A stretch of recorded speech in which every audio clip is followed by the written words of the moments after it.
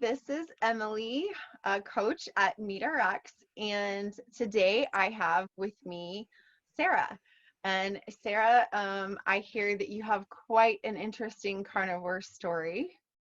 Yes, I do. It's been quite a journey.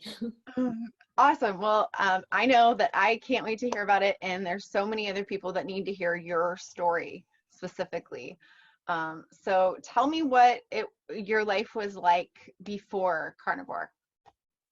Well, before carnivore, I was pretty much vegetarian slash vegan. I became a mom almost 11 years ago. And after my second daughter was born, I immediately started having anxiety and just constant anxiety. I was worried about I was never going to sleep. I was worried about taking care of my older daughter as well as the new baby and how I was going to balance all of that. It started with the baby and my children, and it just became anxious about everything, it seemed like, and it just kind of snowballed into this anxious state. And then um, I was kind of into my yoga practice at the same time. I was really trying to find a way to calm my anxiety, so I got kind of heavy into yoga. I use yoga to help me in my fertility issues, to have my first child. So I was using yoga, and then that world, it kind of was like, all peace and love, don't harm anybody or anything, and kindness to all and compassion. And I was like, shoot, well, maybe I shouldn't be eating meat, because that's what I hear a lot of people were doing and stuff, and against meat. And I started going to vegetarian festivals and stuff like that. And so I started eliminating meat from my diet and was really heavy into beans, legumes, any kind of vegetable, squash, anything like that. And if I did eat meat, it was so far and few between. And anyways, my anxiety continued. It never stopped. At some point I was put on Zoloft, and I hated being on medication. I've always known intuitively that I am part of nature, and there's no reason for me to be drugged in any way. I'm watching, what's funny is that I'm a deer hunter, and I was raised as a deer hunter, but I gave all that up, and I was like, no, I'm not going to do that. And so, yeah, but I'm watching nature. I'm going, well, they don't use medication for anything. Why are we using medication? So anyways, the anxiety went on. I got off the Zoloft. I got myself off of it.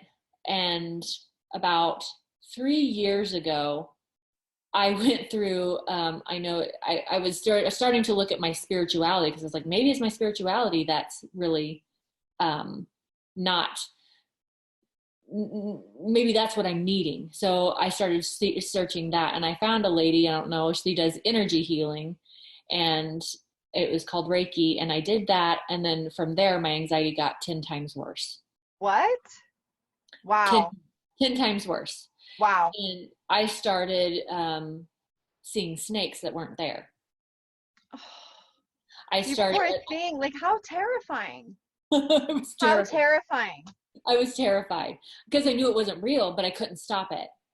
Yeah. And I'm sitting here in my car, and I would feel like there were snakes coming out of the vents, and I'm like, oh my gosh. And I would feel like it was all over my skin, especially down on the lower part. I got to where I was scared to go in my garage because I was going to step on a snake. And I was just fearing all these crazy snakes that weren't there. And I knew they weren't there, but yet I couldn't stop my brain from believing that they were there. And I was talking to my girlfriend about it, and I was reading about keto. And this was, probably 6 months ago. Okay. We were talking, I mean, this has been a quick recovery for me, I tell you. And I mean, of course, with all this anxiousness and all this scared, things that aren't there, your body is in reactionary mode, and you're never able to just relax and just be. You're just constantly reactionary. And so my body was in this constant state of anxiety, and I couldn't even think to slow my body down. My body was just high adrenaline. Well, and think about it. I mean, that really affects also if you're thinking that there's a snake right there, you're in survival mode. Yes. And so your blood pressure is increased, you know, your anxiety levels, like everything is heightened as if you're running away from a snake. Yep. And so how can your body function properly whenever you're in constant survival mode? Yes. And so that I think, and you know, nothing was ever officially diagnosed with me because I'm a proud person and I'm like, I can fix myself. I know I can fix myself. This is not happening. This is not going to happen. So I'm always searching. I'm always searching to be the healthiest I can be. The optimal wellness is always what I'm looking for. I'm like, this is not optimal wellness. What is happening? And so I was talking to my girlfriend and I was telling her about keto, and she's always been very private about the way she eats. And I've been friends with her for, I don't know, 4 or 5 years. And she's always been extremely private about the way she eats. She goes, oh, I just eat weird. And she doesn't ever like to eat in front of people. And I was telling her about keto and she goes, yeah, that sounds like it might be a good idea. Maybe you should try it. And so I tried it for a week and I started to feel a little bit better. And I got to with her again and I started talking to her about it again. And I said, what do you eat? You have to tell me. I said, I'm so curious. And she goes, Sarah, I only eat meat. It's so weird. People judge me. I know it's probably wrong. People are like, save the animals. She goes, and I'm one of the biggest animal lovers out there. She goes, but I only eat meat. It's what makes me feel my best self. And I was like, I'm going to try this. You know, I mean, she's been doing this for years. And and she only eats chicken and eggs. And it's like not helping me, but a little bit in there. But yeah, and so I said, okay, so the day after my birthday, we went out to a nice place at Kansas City. I had my big chocolate bag full of cream and everything, and I had whatever I wanted, and I was like, the next day, I did it, and that was it. I never looked back. Wow. That is like that blows my mind. That is so amazing that, you know, number one, how bad it got. I mean, that's some legit scary stuff that you just said. Like never having psychosis in my history at all. I've never had psychosis. It's not in my family. It's nowhere, but my body was just, and my brain and my body were not connecting. And now I realize that my body was so unhealthy and it was feeding that to my brain. Yeah. All this unhealth. Well, and it's incredible the things that inflammation does to your brain. You know, it does really complicate all of the different systems. Mm-hmm. So tell me what you did starting out. Like, how did you transition into carnivore? What did you eat? I just went for protein. That's all I went for. I figured it was animal products. Any animal product I was willing to try. I stayed away from anything that was not from an animal. And so I did heavy cream, cheese, butter, ground beef, chicken, eggs. I just slowly I started eating that. And then I started having steaks. I would have probably a couple steaks a week or something. And it was a ribeye and or a Kansas City strip. But it was mainly like I would have coffee and I would have cream in my coffee, and that would usually be how I started my day. But it was just, I ate anything that was of an animal. And then I started to realize a couple months in, like my anxiety was wanting to come down, and like believe me, when I first ate carnivore and ate meat, my anxiety lowered like within days. It was within days. Legit days. I mean, it makes me want to cry because it was within days. It was just like, wow. Because my husband was just like, you're crazy, you know? He's just like, I don't know. And I'm like, I know, but help me. And he was just like, you've changed. And it was not even a week. It was just like, but I can tell my body has just constantly been healing ever since then. And it's just amazing. So how, like, when did you make this transition? Back in early August. Okay. And so then you noticed within days. And then did you change what you were eating from the very first start of when you eating carnivore to now? Like, are you eating about the same things now? Nope. I have slowly eliminated.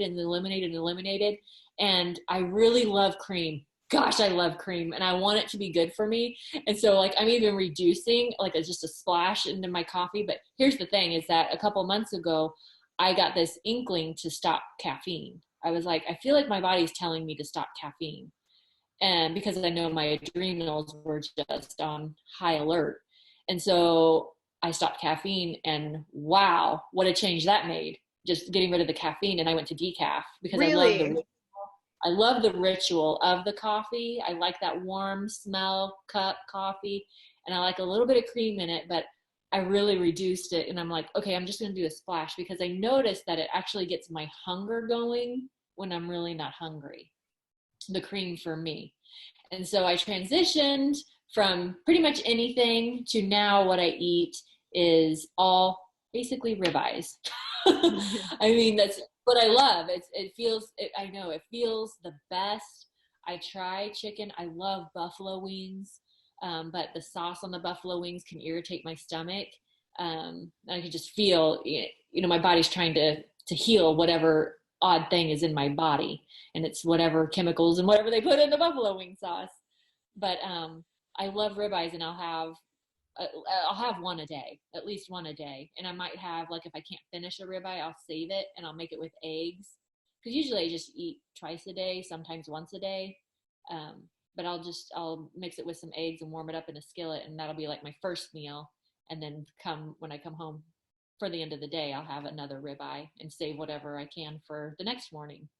And if I'm super Wow. hungry, I'll eat the whole thing. That's amazing. So what has been your reaction to stopping caffeine? What have you noticed is the difference? Because that's a question that I get a lot is about should I stop caffeine or should I not? I love that you said that your body was telling you to stop Mm-hmm. caffeine. So what Mm-hmm. was the difference afterwards when you stopped or cut down the caffeine? Honestly, because I just did it cold turkey, because I only had 1 cup a day, but I used that 1 cup a day every day to kind of get me amped up. And I would actually go run. I would drink my coffee and I'd be like, I'm on the treadmill, and I'd run 3 or 4 miles or something. Or I'd go to the gym and just lift really heavy. I was just like, I like to follow the yoga, the yin and the yang, and the yang is the masculine energy and the yin is the feminine energy. Well, I was really heavy into my masculine energy, especially when I had caffeine. And so as my body was healing, and it still is, it's still healing, don't get me wrong. But as my body is healing, I could feel that my yin wanted to take over a little bit more and be more just relaxed and more calm. And so I could feel my body moving in that direction. And so I got rid of the caffeine, and that anxiety from the masculine, I could feel it come down. That that hard go, now I'll go walk on my treadmill. I'm like, some days I don't exercise because my body just doesn't want it. And I know eventually it will. And on those days I do those things. So I'll go walk on a treadmill or I'll walk outside, but I kind of gave up weightlifting. I gave up hardcore running. It's just, and I'm like not gaining any weight. I'm actually in a size 4, which I weigh the exact same, but now I'm in a size 4 where I was in maybe a size 8 or 10. So, but the caffeine, yeah, I hope I'm answering your question. Like, the anxiety came down again. It came down another level. That's amazing. No, that's what I wanted to hear. Absolutely. Because I think we don't realize how much anxiety we have Right. until it reduces. So true. That's what I mean. It's just like another layer comes off and another layer comes off. I mean, I'm just curious. I'm like, am I at my natural state yet? I have no idea. I'll just keep finding out as I go. So tell me now what it's like for you as far as the symptoms that you mentioned before with the snakes and with the anxiety and with everything. I mean, you did a little bit talk about that, but how has your brain changed now? Right? I don't fear snakes anymore. I actually appreciate them, and I don't, and I'm not encountering them, in my mind. I'm not encountering them. I can get in my car and drive and feel fine.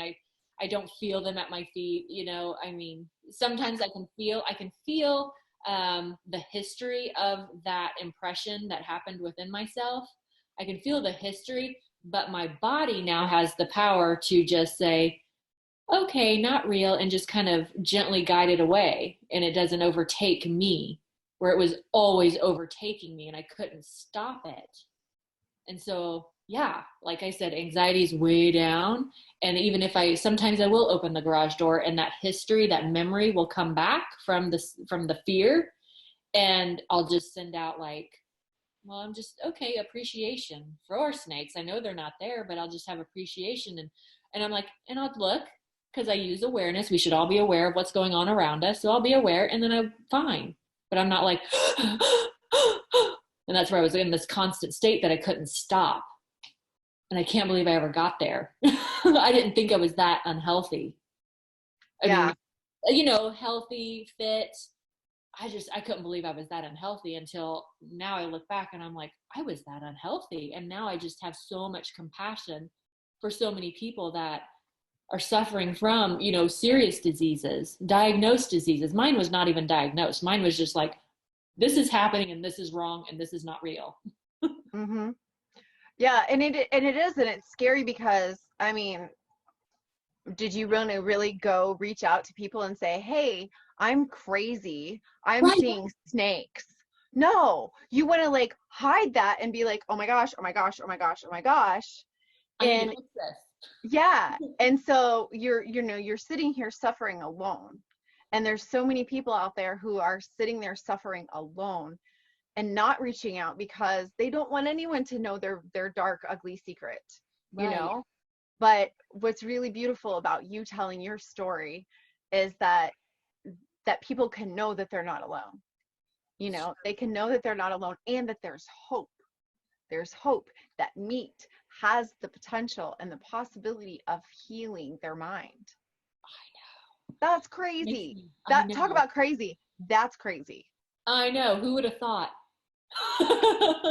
Everything we're taught, everything we learn, who would have ever thought? I ate every single vegetable under the sun in order to keep disease away and to keep all inflammation away. And all it did was exasperate this issue. I mean, okay, I was one of those people deep into it that I was following the medical medium.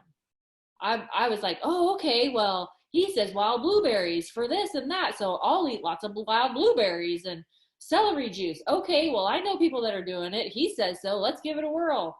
I mean, I was deep into it, and it was just harming me. And I'm Mm-hmm. like donating all those books. Get rid of it. I should have just thrown it away, but I donate. Well, one thing that I really loved about what you said was that you still have the history of those thoughts. The And I think memories that's yeah, the memories. I think that's really important to recognize, because it's not like we're saying, oh, I'm fixed, right. oh, it's all resolved. What the difference is that now you're in control of your thoughts. Yes. Your thoughts don't Oh, control you. right. I don't And have that to makes choose all those thoughts. I don't have to choose them. And I didn't realize I had a choice because it was so inflamed and so toxic on the inside. I had no idea I had the choice. And that's what with this, that you said that. Doing this, I was like, I can choose. So I see the thought now, and I'm like, I don't choose you. That's not real. You're with me. I'm with you too. oh my gosh, sis, like, ah. Yes. Um, just I to can't believe anybody else has experienced this to even understand it. Because I oh, thought I was just a crazy person on my own, and nobody understood me, and I couldn't even tell my husband. I was just in a constant state of high alert, and I was like, they're going to put me in a crazy asylum.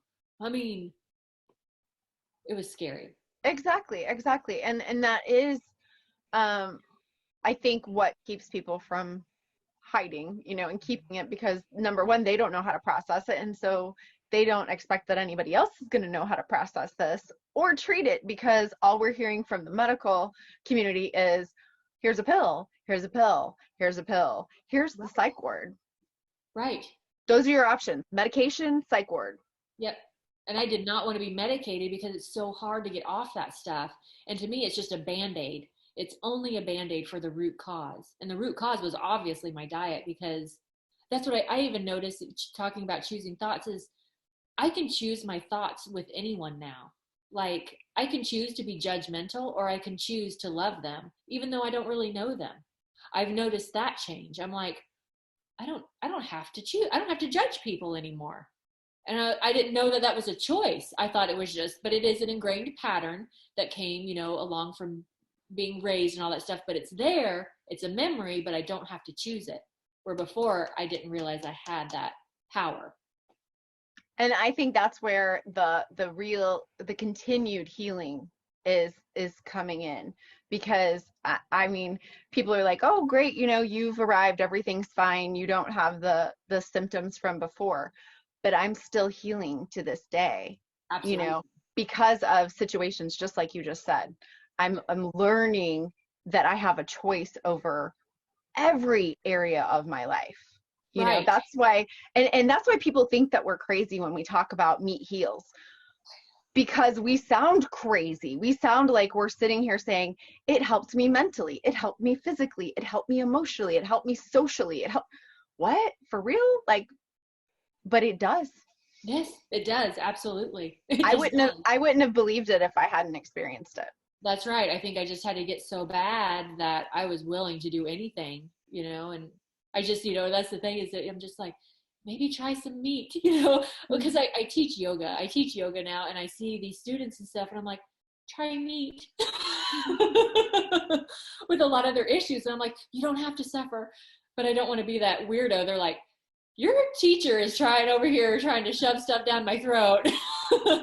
Well, and what I love also is now that your story is out, so you can just have it out there. You can have people, see this video and hear it, and you don't have to preach it to people. You know, Right. just let them listen to your story and let them make their decision on whether they want to listen or not. Absolutely. Absolutely. Yeah, that's something I'm still healing from is trying not to change people because I'm like, I know it would help you, but it's like accepting it's their choice, you know, and that's an override that I'm getting used to is that I can just accept them for the life that they choose for themselves. But I do have some information that might help. Well, thank you so much for sharing your information today. Thank Um, you. oh my goodness, what a powerful story. And you better keep us updated because I want to hear about your healing as you keep going. Thank you So so much. Absolutely. I appreciate you. thank you, Sarah. Bye. Take care. Bye.